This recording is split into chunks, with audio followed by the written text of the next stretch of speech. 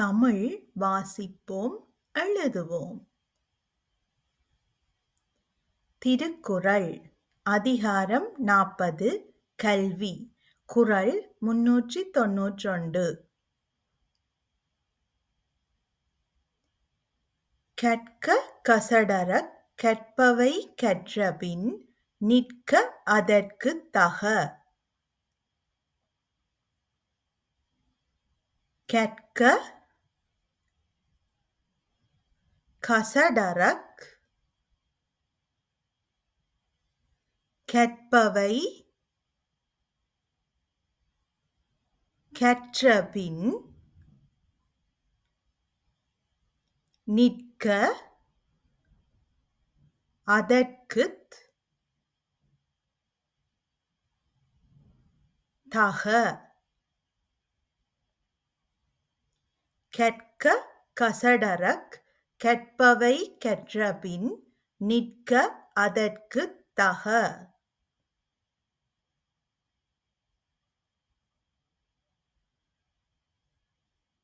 விளக்கம். ஒருவர் கற்க வேண்டிய நூல்களைப் பிழையின்றி முழுமையாகக் கற்றுணர வேண்டும். அப்படிக் கற்ற பிறகு அந்தக் கல்விக்குத் தகுந்தபடி நன்னெறியில் வாழ வேண்டும் என்பதே கல்வியின் நோக்கம். திருக்குறள் கூறும் கதை. கல்வியின் நோக்கம்.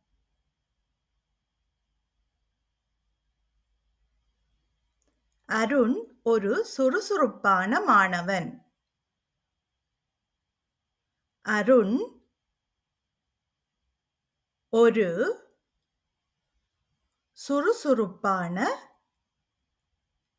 மாணவன். அருண் ஒரு சுறுசுறுப்பான மாணவன். தினமும் பள்ளியில் செல்வி ஆசிரியை சொல்லும் நல்ல நீதிகளைக் கவனமாகக் கேட்பான். தினமும் பள்ளியில்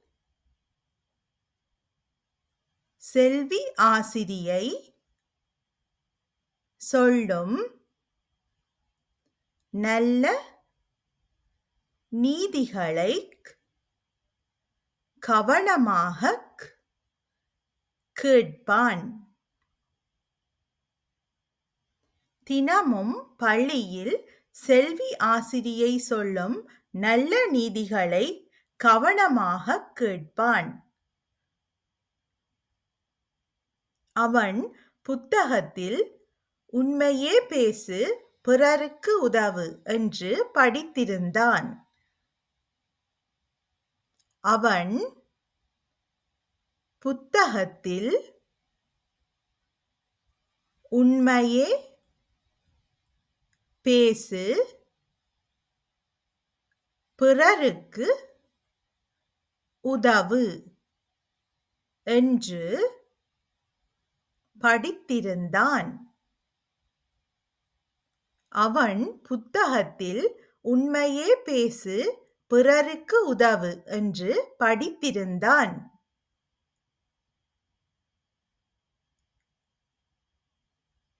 ஒரு நாள் தெருவில் ஒரு முதியவர் வழுக்கி விழுந்ததைக் கண்டான். ஒரு நாள் தெருவில் ஒரு முதியவர் வழுக்கி விழுந்ததைக் கண்டான். ஒரு நாள் தெருவில் ஒரு முதியவர் வழுக்கி விழுந்ததைக் கண்டான். அருண் உடனே ஓடிச் சென்று தான் கற்றது போல் அவரை தூக்கிவிட்டான். அருண் உடனே ஓடிச் சென்று தான் கற்றது போல் அவரைத் தூக்கிவிட்டான். அருண் உடனே ஓடிச் சென்று தான் கற்றது போல் அவரை தூக்கிவிட்டான். அந்த முதியவர் அருணிற்கு நன்றி கூறினார். அந்த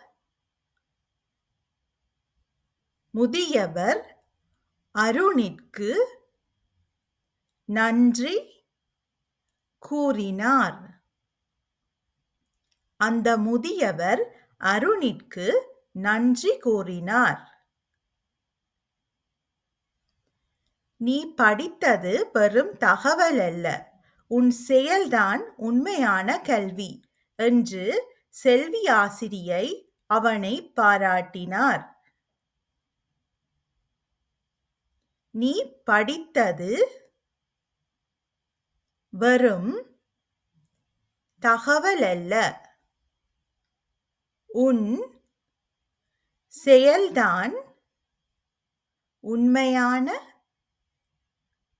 கல்வி என்று செல்வி ஆசிரியை அவனை பாராட்டினார். நீ படித்தது வெறும் தகவல் அல்ல, உன் செயல்தான் உண்மையான கல்வி என்று செல்வி ஆசிரியை அவனை பாராட்டினார்.